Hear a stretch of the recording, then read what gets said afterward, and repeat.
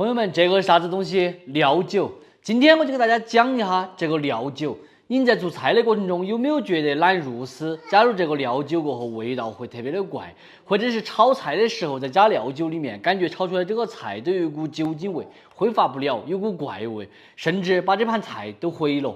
今天我跟大家聊一下到底是什么原因。上面的问题其实就是大家在选择料酒的时候没有选对。我的建议就是不要选料酒，直接选择这种花雕酒就可以了。那么花雕酒是啥子？花雕酒它就是比较好的那种黄酒。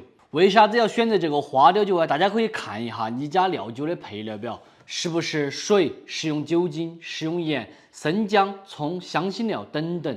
其实它主要就是靠这个食用酒精来勾兑的，你直接买花雕酒就好了，不用搞这么一大堆的。其实它还是一个酒精。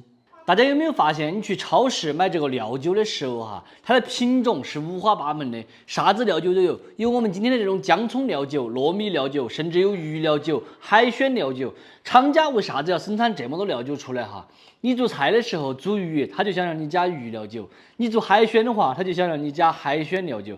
其实搞那么多干啥子？这个料酒的作用无非就是去腥提鲜而已。搞这么多的品种，就是想价格卖贵一点，可以多卖一点，多赚一点钱。我们就拿这个姜葱料酒给大家举个例子虽然名字叫姜葱料酒，实际上它是没得啥子姜葱味的。姜葱主要的作用是去腥增鲜，泡在这个酒里面的话是特别容易坏并且发酸的。所以说这种料酒如果你打开久了没有用完的话，你就会自然感觉到有一点点那种怪味。所以说你炒菜炒出来就会觉得有点怪味。你看这个花雕酒，它的配料表的话就比较单纯了，不会有奇奇怪怪的味道。里面的配料表非常的单纯，健腹水、糯米、小麦，酒精度的话是14度。给大家说一下为啥子选择这个花雕酒的原因。像我们每年到了9、10月份的时候，这个花雕酒它是可以搭配大闸蟹吃的。从古到今，我们都有饮用黄酒的这个习惯。你们哪个听到说过用这个料酒去搭配大闸蟹吃吗？料酒是能喝的吗？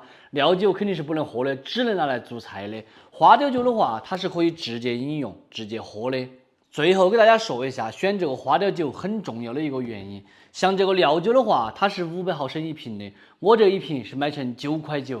这个花雕酒的话，它是2.5升的，相当于5瓶这个料酒的量，它的价格只要26块8，相当于价格才这个料酒的一半。我肯定会选择价钱更便宜的花雕酒，并且更好用，因为它是自然酿造的。尤其是我们以前在浙江上班的时候基本上家家户户做菜都会放这个花雕酒，整个空气里面有时候都是闻得到花雕酒的清香味。其实不管你选料酒也好，选花雕酒也好，最重要的是一个操作方法一定要对。尤其是我们在炒热菜的时候锅儿一定要热，才能够让花雕酒挥发，只留下香味。有时候我们在腌肉丝、腌肉皮、腌鱼的时候，很多朋友也在问可不可以放这个花雕酒，答案是肯定可以放的，因为花雕酒去腥提鲜的效果特别的好。你只要控制好了量，不会给它加很多进去，做出来是不会有一点点任何的酒精味的。好了，今天关于这个花雕酒和料酒的区别，我相信大家都应该明白了。我日常在用的就是这一款8年陈酿的花雕酒，一个大瓶2.5升的，做菜可以用半年到1年，很适合家庭使用的一款喜欢的朋友可以告一下我这个同款的花雕酒。